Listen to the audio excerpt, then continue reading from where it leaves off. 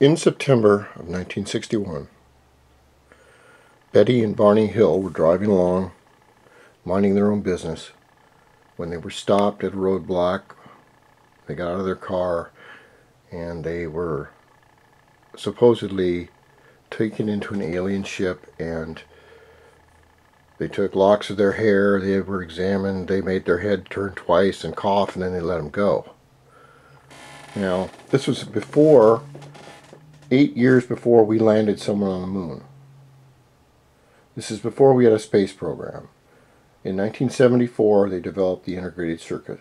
So you could imagine in 1961, and it was also in September, the conduit would have still been open. But the interesting part about this story is that they were regressed in hypnotics and talked about what they'd seen on the ship.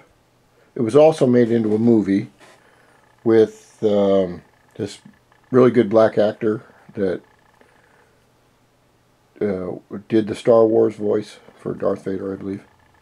Anyway, a lot of attention was paid to the star map that she saw, a 3D star map, and she asked them questions about it. Remember, this is 1961. So what I'm going to show you is a map that she described, and it is the exact way that these ships travel. And this was long before anyone knew anything about space travel. All right. This is the map that she described. Right here. She saw this in 3D, and it did not have the names of the stars on it. Okay, the names of these stars were just put in by a researcher that tried to match up Betty's recollection of the map to any known stars that we have. What Betty described is that the orange lines here were major trade routes, okay, between stars or planets, whatever you want to call them. The dotted lines were lesser travel routes that they didn't use all the time. Now, you see they travel from one star to the next. Straight line, instantaneous. I don't know how many billions of miles that is away. And the same with everywhere else that they go.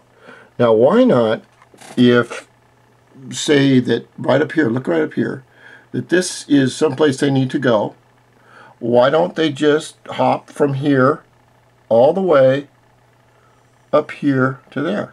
Well, the thing is, they probably can't, because there's something in the way at the time, all the time. So they have to have a clear pathway to go from place to place. And these maps are just like the same kind of maps that our 747s use to traverse our world. But these are galactic maps. And you can see that they're all in straight lines.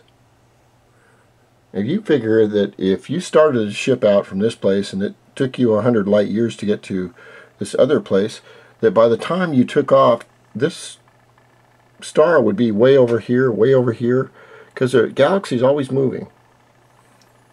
But these are straight lines, straight shots. That means that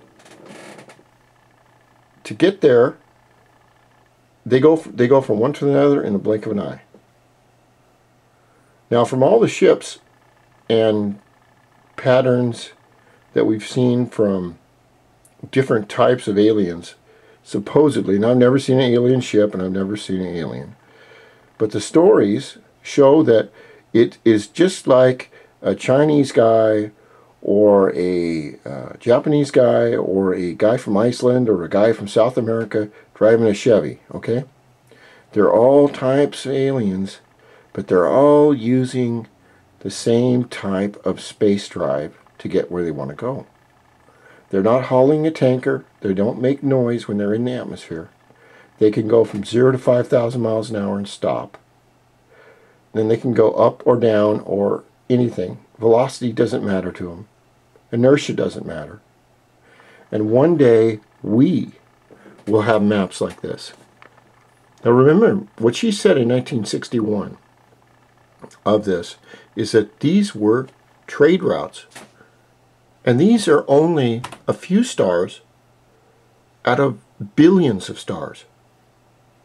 So if that's the case, if this is true, then there is worlds out there and trade and everything else that everyone is waiting for us to join. So hopefully, in my lifetime, we'll figure out exactly how this works, and we'll be able to do this. I hope you like this series. Thank you. Show some respect.